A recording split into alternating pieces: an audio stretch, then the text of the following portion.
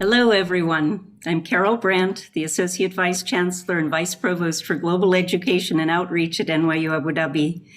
I'm pleased to be here with our distinguished panelists to talk about the future of global higher education. It's my pleasure to introduce you to Her Excellency Sarah Musallam, the chairperson of the Abu Dhabi Department of Education and Knowledge, ADEC, and member of the Abu Dhabi Executive Council, and Dr. Lisa Coleman, Senior Vice President for Global Inclusion and Strategic Innovation and Chief Diversity Officer at NYU. Thank you both for joining us to celebrate the 10th anniversary of NYU Abu Dhabi and to inspire us into the next decade. One of the first classes I taught right out of graduate school was a group of 18 young men, all from the United Arab Emirates.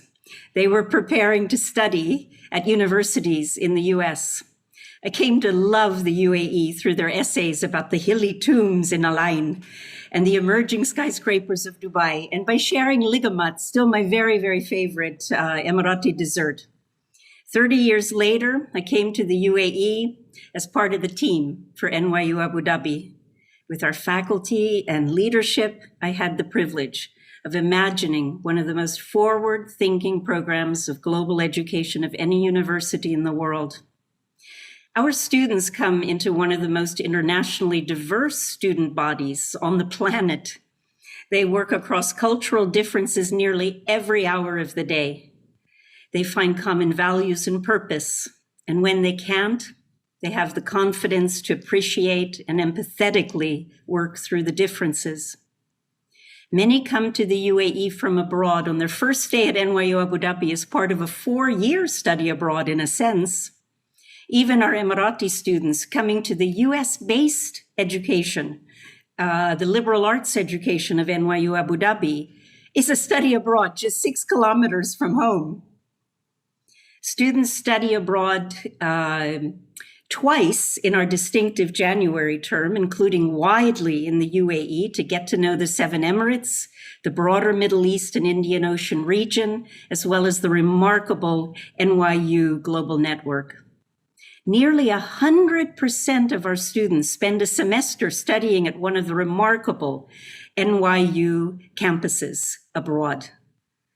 They pursue summer internships and undergraduate research, supported by NYU Abu Dhabi in over 30 countries each year, to experience how that work plays out in the real world.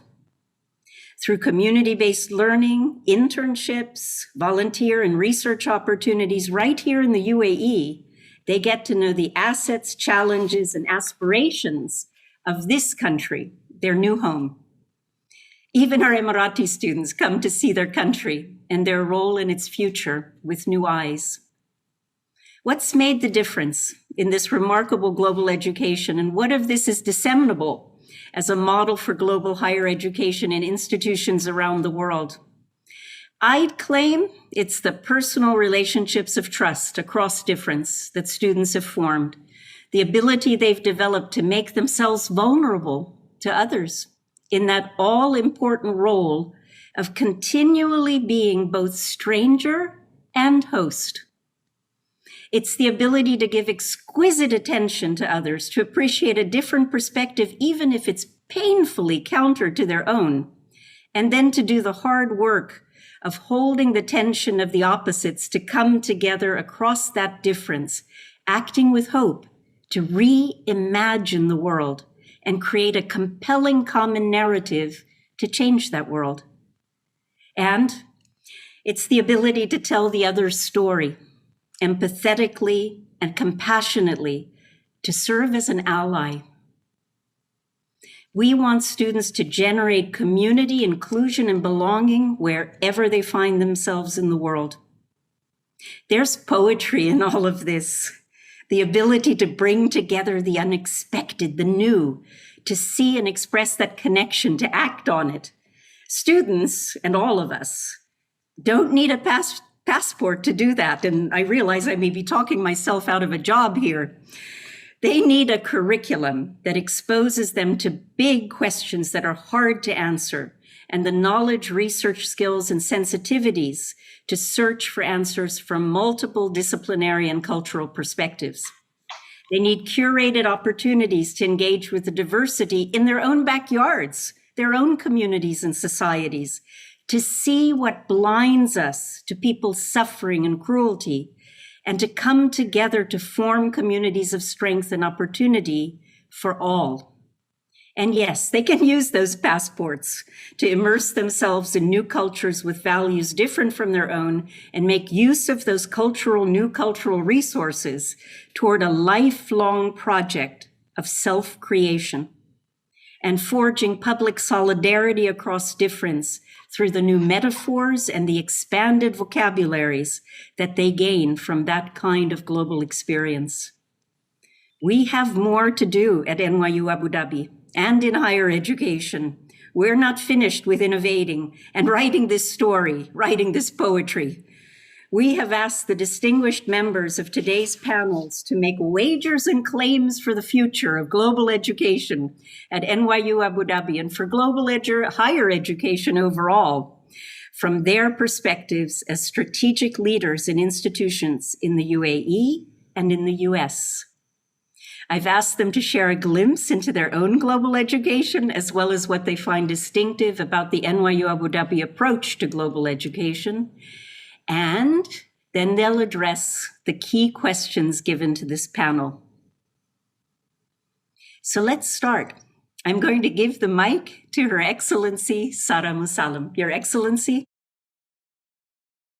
Thank you so much, Carol, and thank you for having me here today. It's my absolute pleasure to be part of the 10-year anniversary of NYUAD. So here at ADIC and in Abu Dhabi, we obviously believe the importance of not just the actual education itself. So if you look at the standard definition of what a global university is, it's one that's built strong research foundation and has strong partnerships with global key institutions. But I think increasingly, especially with the changing context and the changing world, it's now more important than ever to focus on the life experience that the university gives to its students. So the practical experiences that it gives in terms of shaping that individual. And I think we spoke about how the higher education institution needs to be actually a therapist rather than just an educationalist.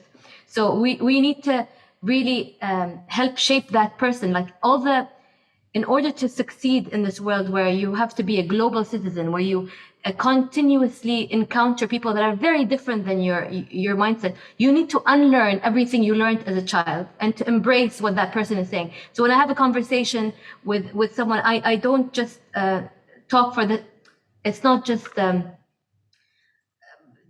listen, I'm going to listen to you so you can listen to me. It's actually really being open, truly open. And you can't really do that unless you unlearn everything that you thought was true, that was programmed into you as a child, right?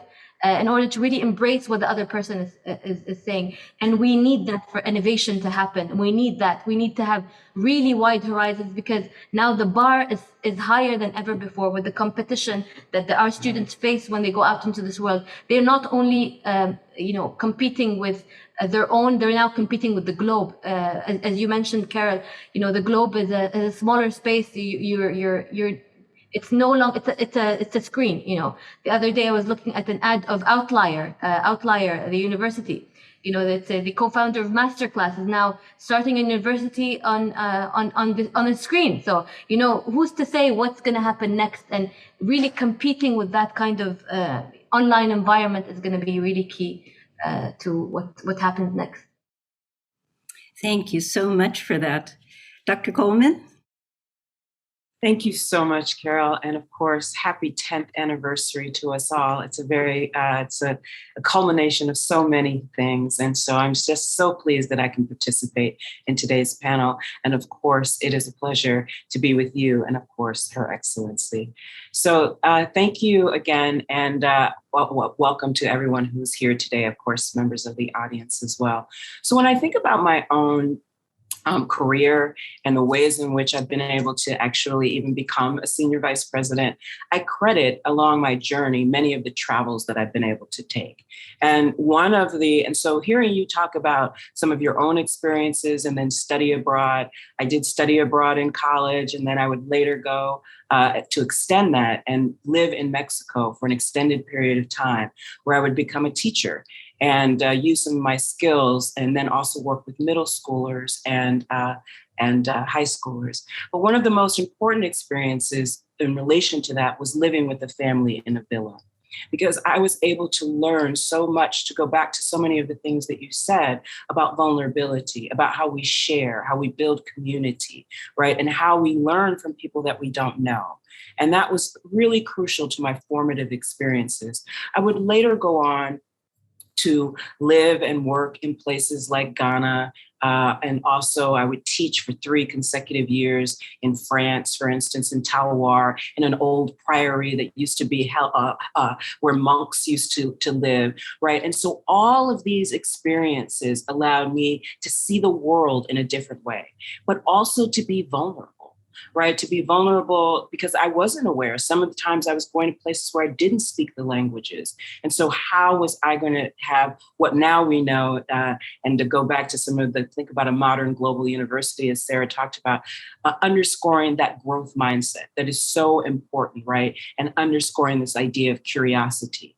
And of course, what we try to do in higher education is, of course, right, support that curiosity through encouraging research. And I'm a true interdisciplinarian. I think that's the other. I started off in the sciences and chemistry, my undergraduate major, computer science, and then I went to the social sciences and then the humanities, and even studied photography and film. So I also think that when we think about the life and the arc of a student's life, and then, of course, hopefully as they go into their careers, et cetera, these global experiences can spark all kinds of innovation, to go back to what Sarah was saying. Because, of course, curiosity, vulnerability, and the growth mindset are so important to, right, innovation. And without those, you really can't have innovation. And of course, without diversity, you can't have innovation. We need different minds to bring to understand all of the complex problems that we have, but also the opportunities that we have through all of the kinds of research and life experiences.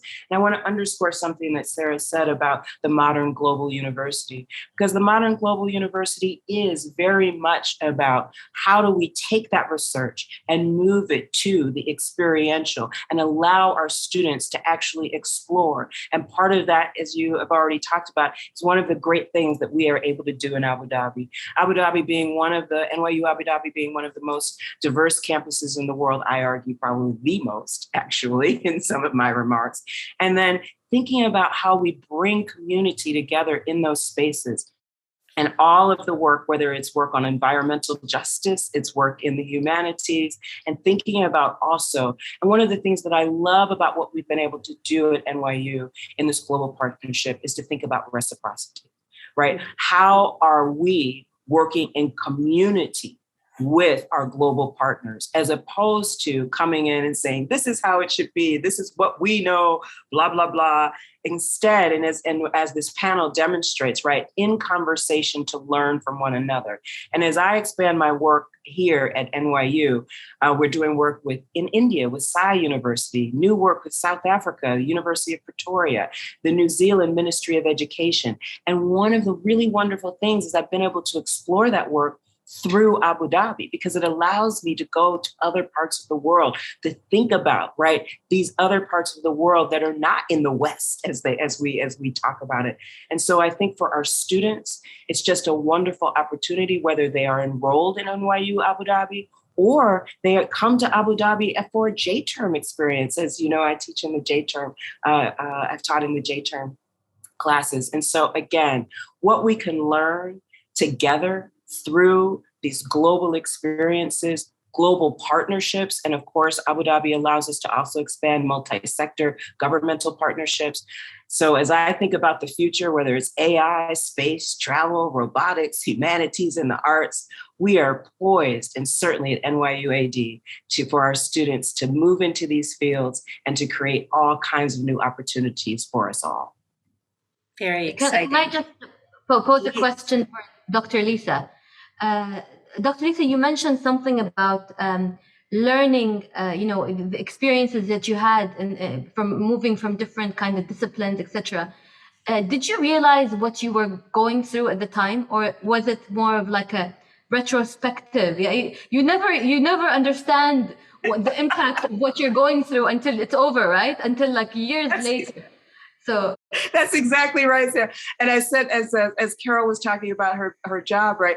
I say this all the time when I'm interviewing. I tell this this story of moving across, etc. Right? Because of course, when you're interviewing for a job, you want to make it seem as if you planned this. But no, there wasn't a plan in that way. It was much more circuitous and haphazard. But to your point, I think that I was a curious person, and I still am. And that curiosity allowed me to be vulnerable in spaces and then to expand my learning. But no, it was just me really thinking about also, and this goes back to something that you were talking about, thinking about those interconnections, right? And thinking about the interconnections of life experiences, research, and how those were going to come together. And I think when I started thinking about that, I wanted to get out into the world and see what was going on. Awesome. Thank you. Very exciting. Let me turn to our the panel questions posed to us. Your Excellency, what does it mean to create a truly global university? Carol, so as I mentioned, a truly global university is one that graduates global citizens, right? Ones that have practical learning experiences that are diverse, that understand what it is to be empathetic, to understand different cultures, to be compassionate of one another, and to be really open to learning in many different ways and forms, whether it's digital, whether it's in person, whether it's learning from everyone. And I always say this, I could learn from every single person that I meet, because everyone has a different perspective in life. And I'm conscious of this every single day, regardless of my position. There's something for me to learn from everyone, because everyone has a very different life experience than I do. And it's, it's remarkable to learn from everyone continuously. Every day is a school day for me. Dr. Coleman, I'll turn the same question to you about the truly global university. Me too, Sarah. Every day is an opportunity to learn more. Absolutely. So I will underscore, and I just want to say I agree with everything that Sarah said. And I would also add to the global citizens, really thinking about intersectionality, right? The ways in which we have intersecting partnerships, multi-sector governments, thinking about corporate partnerships, so that those kinds of intersections, as well as the intersections of identity. And how do we think about how we're creating leaders, right? We're creating global citizens, we're creating leaders, but I always say to be a good leader, you have to be a good follower. So how are we teaching both of those kinds of skills, right? And really thinking about when do we lead and when do we pull back? When do we actually pull back and learn? To go back to what Sarah was saying, right? So that we're able to actually be better leaders. I think a modern global university is also interested in how do we think about proactive, using the research to be proactive, to address, right, global concerns. We think about the pandemic, that's a global concern. Whoever thought we'd see pharmaceutical companies partnering across the globe, right, to really figure out what was happening and scientists moving together. So really thinking about the assets that we can utilize, and even if it's a problem, how do we use that as an opportunity? And I think the modern global university, and particularly research, is interested in that. And then lastly, of course, really thinking about this idea of reciprocity, right? If we are building relationships across the globe, how are those relationships beneficial to all partners who are included in those relationships. And that, of course, is crucial to teach our students, because as we think about students going out into the world, and to go back to something that both you and Sarah said, getting to reciprocity also means there's going to be lots of dissension and lots of debate. And if we're going to create belonging, we know that belonging comes through that kind of dissension and debate, and then building consensus, building community. And part of the modern global university is to teach our students to be able to look across those differences, find commonalities, come to consensus, debate in constructive ways. And of course, that is going to inform their leadership and of course, their participation as a global citizen. I think you've almost touched on our second question here, which is really how can higher education institutions best equip students with the broad foundation of skills required to flourish in an increasingly interconnected world, and how are problem solving across borders and embracing interdisciplinarity, and you would add intersectionality and reciprocity as well as vulnerability, critical to that success. Your Excellency. So, Karen, that's a great question. So in today's world, knowledge is very accessible and it's free. So we really have to question ourselves on what are we really offering as a higher education institution. So our world today is super small. We're a lot more connected. So that requires a paradigm shift, basically, in higher education learning. What we actually need to focus on is building the human, the empathy, the negotiation, the great communication skills.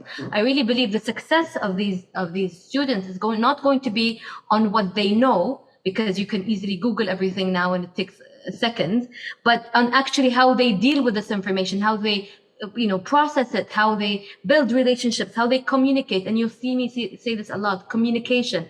I realized this, after a long career, but I wish I knew this earlier. It's about the relationships I built and the type of communications that, the communication that helped me build those relationships. It's that skill that I honed that's enabling me to be successful today, as opposed to it's an afterthought. You need to grow, build your technical skills are important, 100%. Because if you communicate, you still have to have the backbone of technical skills, but it's equally important to be able to build the proper relationship, have emotional intelligence, proper emotional intelligence to know when to go on and when to step back. So I really think that's where, that's what students need in order to be successful in the world out there after they're done. It's very interesting that you describe this as a paradigm shift and building the human component, knowledge not being enough. How in the UAE, for example, in your role as a leader in education here, does that play out in a curricular shift, in a policy shift, perhaps? Because so much success in higher education is measured by quantitative things, measures and rankings and such. So 100% agree that this needs to start at the school level, right? It needs to be from the education part. And also we need to, a student in a school, if he's doing great academically and doing great, however, mentally he isn't doing well, he's limping, he's one foot backwards, right? You cannot be academically strong and mentally not capable. And we're seeing growing concerns over mental health of our students across the world because of the pandemic or otherwise. So how does this play into schools? We're working on something that, without saying too much, it's about building the profile of what that student looks like once he graduates. So what kind of skills and attitudes, what are the competencies he will have when he graduates? So hopefully NYU AD will have a lot more students to choose from. I know how you are super competitive and very selective when choosing students. So hopefully you'll have a lot more to choose from once we're done with this project. That means we have to change our game then too. Yes. And we need to raise the bar even higher. Dr. Coleman, do you want to add? Yes, absolutely. And I can't say enough about emotional intelligence and thinking about thinking about empathy. When we think about the leaders in the world who've been extremely successful. I use, for instance, Jacinda Ardern, because she's talked a lot about empathy, right? The Prime Minister of New Zealand. And we think about the things that she's been able to accomplish as a leader. And so I think I just want to underscore what Sarah was saying. And so when we think about empathy and, of course, emotional intelligence, one of the things that we underscore in our work are this idea of the 6 C's of inclusive leadership and design thinking. Design thinking, of course, starts with empathy, because you have to start with empathy to understand your fellow human, your problem, whatever it is. And then you go to the ideation and thinking about the innovation, et cetera. And then the 6 C's of inclusive leadership. And one of the 2 that I'm going to underscore here are curiosity and courage. Because I think thinking about how do we transform our students and thinking about a paradigm shift, it's to really underscore, right? Part of the best of higher education is to underscore that curiosity. But I think we even have to go further. We have to push it out and expand it. To think about curriculum, we have to think about the ways in which the best of science is where we co-create in the labs. So how are we co-creating with our students? I know one of the things that the J-term program at NYUAD does is co-create with students and reimagine spaces and sites for new innovations and new learnings. So how do we really expand that kind of work to think about what Sarah's saying, right, in terms of really allowing our students to delve into these difficult questions, but also together so that they're able to battle it out where it is and then come to all kinds of decisions. One of the things that I've been underscoring in my work is this idea of the new different, and that we really need to think about, everyone keeps saying we're going to return to the new normal. And I was like, well, the normal, that was okay. But maybe exactly, Sarah, right? We might need to have a little bit of a different. So maybe it's something called the new different, where we're bringing together different populations, bringing together courage and thinking about what does it mean to be courageous and to step into things. And that's one of the reasons I brought up Jacinda Ardern. She's been very courageous in her leadership as well as empathetic. So how do we underscore that for our students and give them the opportunities to do so? And as I've suggested, and as Sarah has suggested as well, at NYUAD, we've explored lots of this, whether it's in the classroom, partnerships outside of the classroom, as I said, research opportunities, et cetera, and embracing this idea of interdisciplinary work, which then allows people to really think about, be curious across multiple disciplines. So I'll just end with this. Creativity often requires interdisciplinary curiosity and vulnerability, and of course, empathy. And that comes from the scientific journal. So if they're underscoring it, we know, right, that we can think about how our students can embrace these ideas as well. Very well put. It actually leads us right into our third question. What will differentiate, here we go, the new different, the world-class educational institutions of the 21st century? And how do NYU Abu Dhabi and other forward-thinking universities ensure that they're always encouraging this kind of critical thinking and equipping their students for future success? And you've actually brought it forward to a very interesting question. How do you teach courage? How do you promote curiosity and the other C's?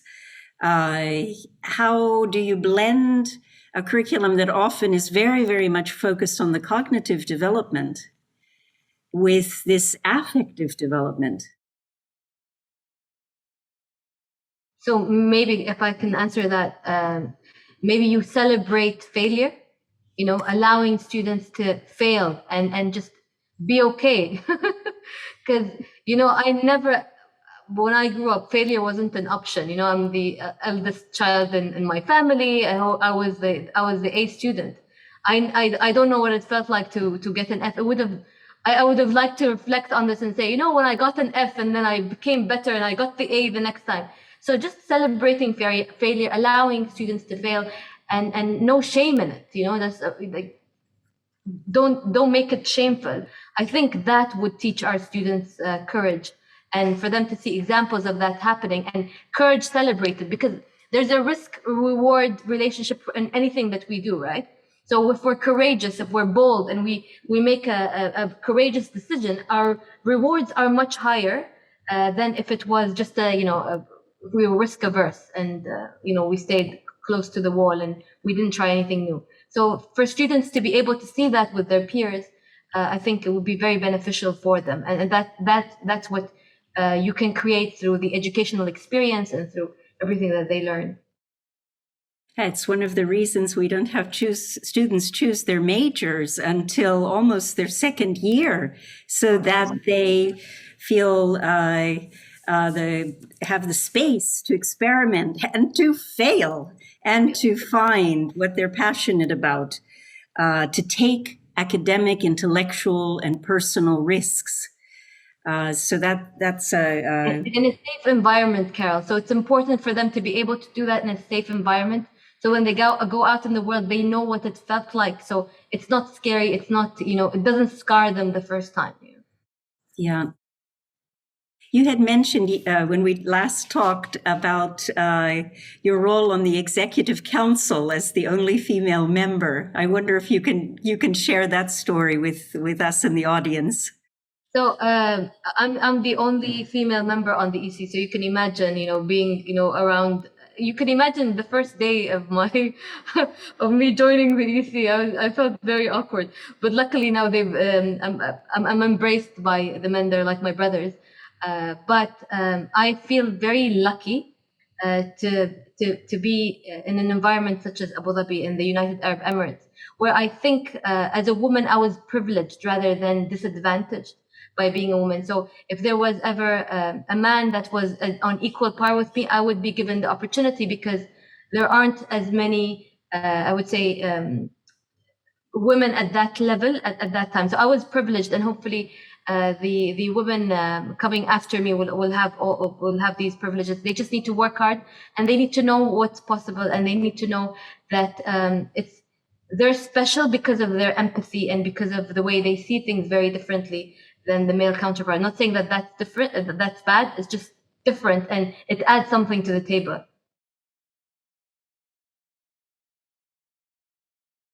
Dr. Goldman?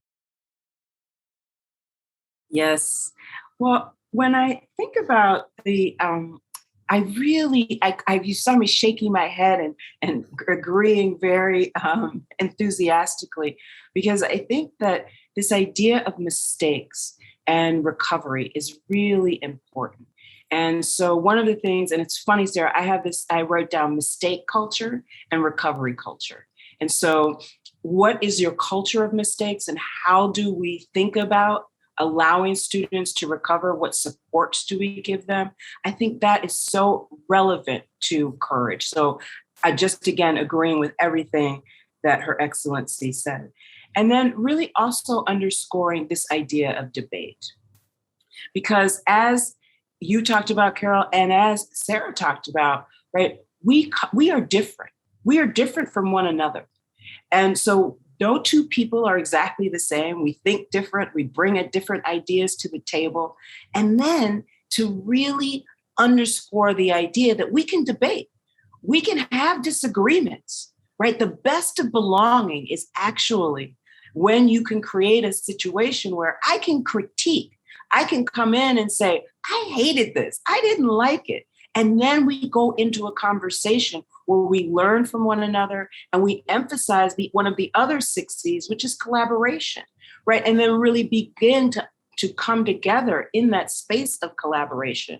And what we've done is, through thinking about and bringing together this idea of really cultural intelligence. And cultural intelligence is another C, but it's thinking about where different people are coming from their different cultures, right? The intelligence that they bring with them from the different aspects of identity, cultural experiences, educational experiences, etc.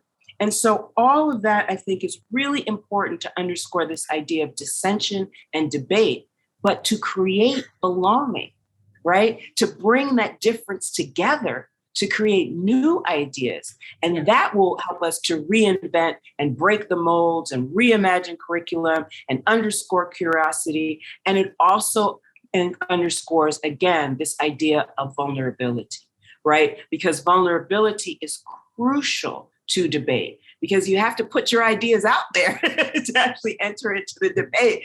And that sometimes can be really, really hard. And vulnerability is crucial to mistakes, right? Because if you've made a mistake and you've been punished harshly for those mistakes, you don't want to be vulnerable again. So to go back to what Her Excellency was underscoring, how do we, right, make sure that we allow people to take those risks, strategic risks, inform them if there's been a mistake, but then allow for that recovery and actually help support that recovery process. I was joking with the head of our core program the other day that we have centers for student success and centers for student well-being. I said, we need a center called Doubts and Mistakes, and right next to it should be the Existential Crisis Cafe. I love it, Carol. I'll be there for sure. At the cafe. Exactly. Thank you. Let me turn to two other questions.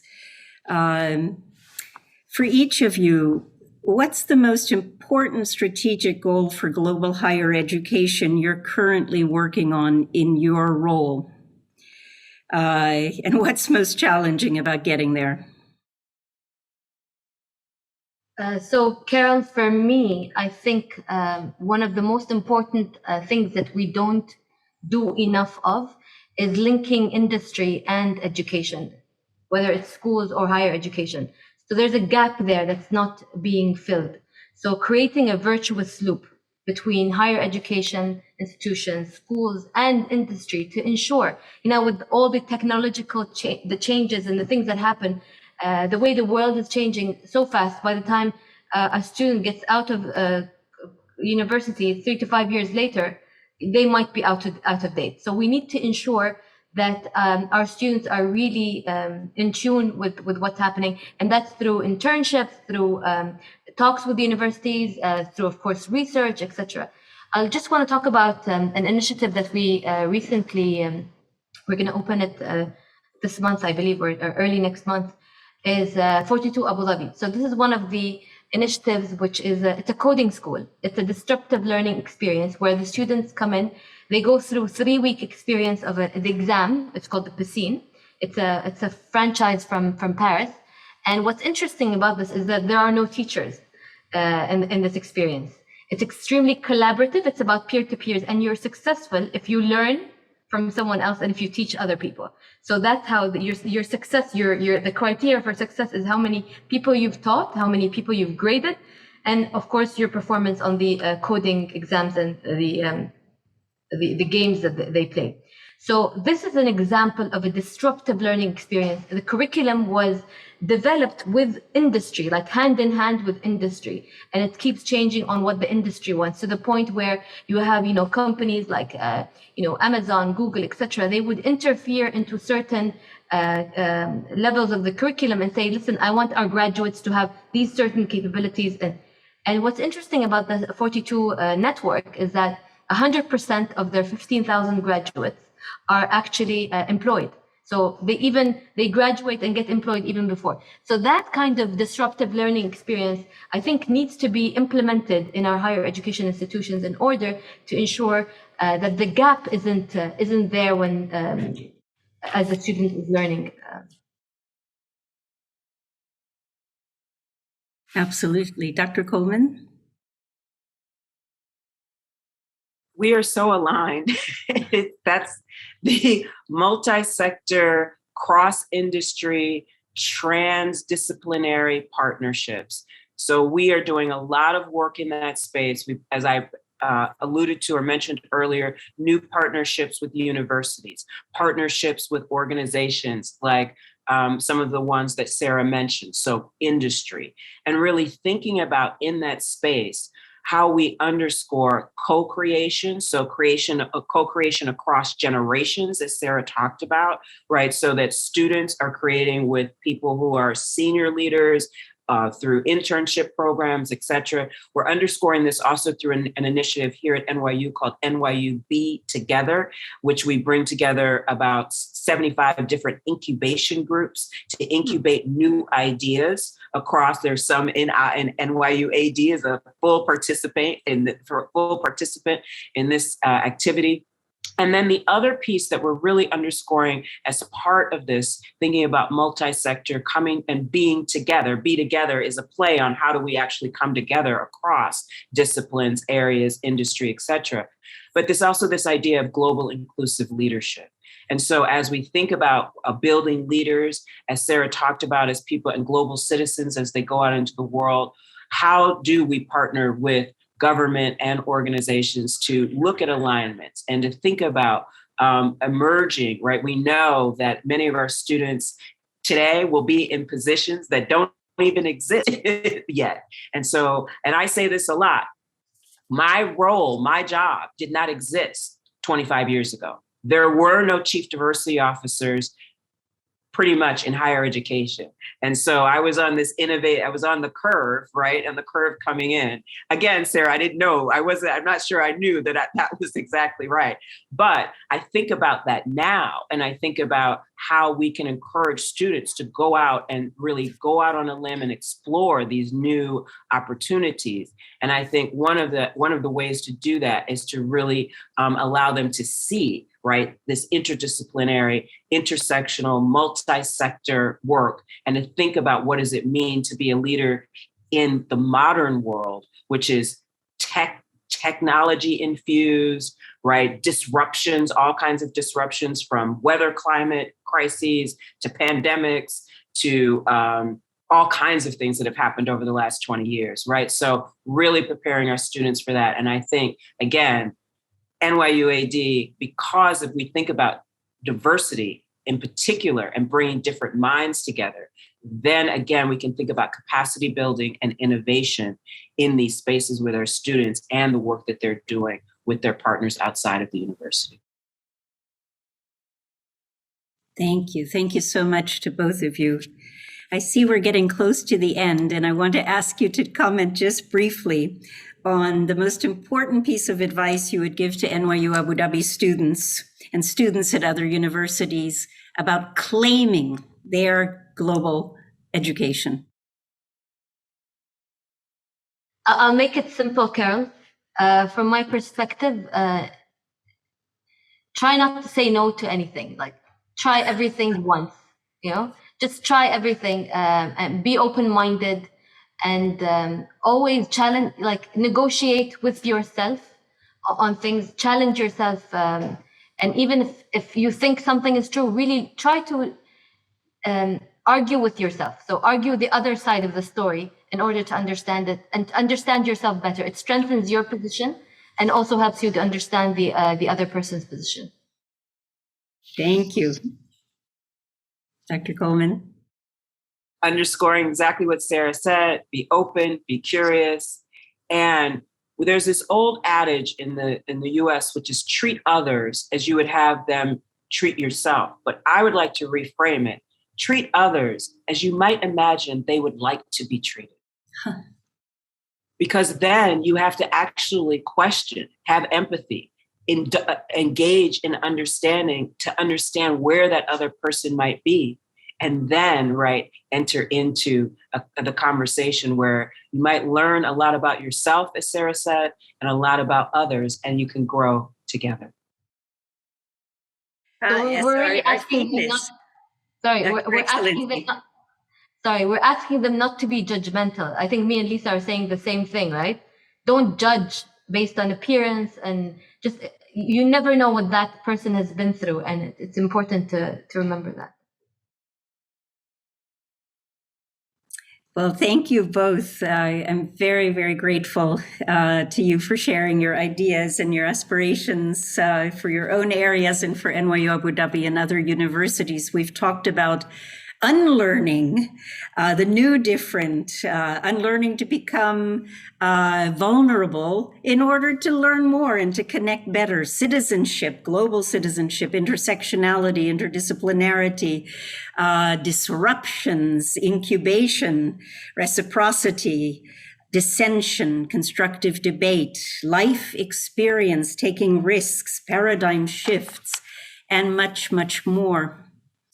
I invite everyone listening to think through their own global education. You've had it, whether you've traveled abroad or not, right there in your own backyard. What else can you do with that? How are you continuing to make your own global education? Where are you in your project of self-creation and having the greater capacity to work for inclusion, equity, and belonging in your home, neighborhood, and larger community to imagine and create a better world? We thank each of you for participating in this session. We thank our dear panelists, and we want to continue this discussion, Your Excellency and Dr. Coleman. Here we grow, and together we grow. Thank you so much. Thank you so much.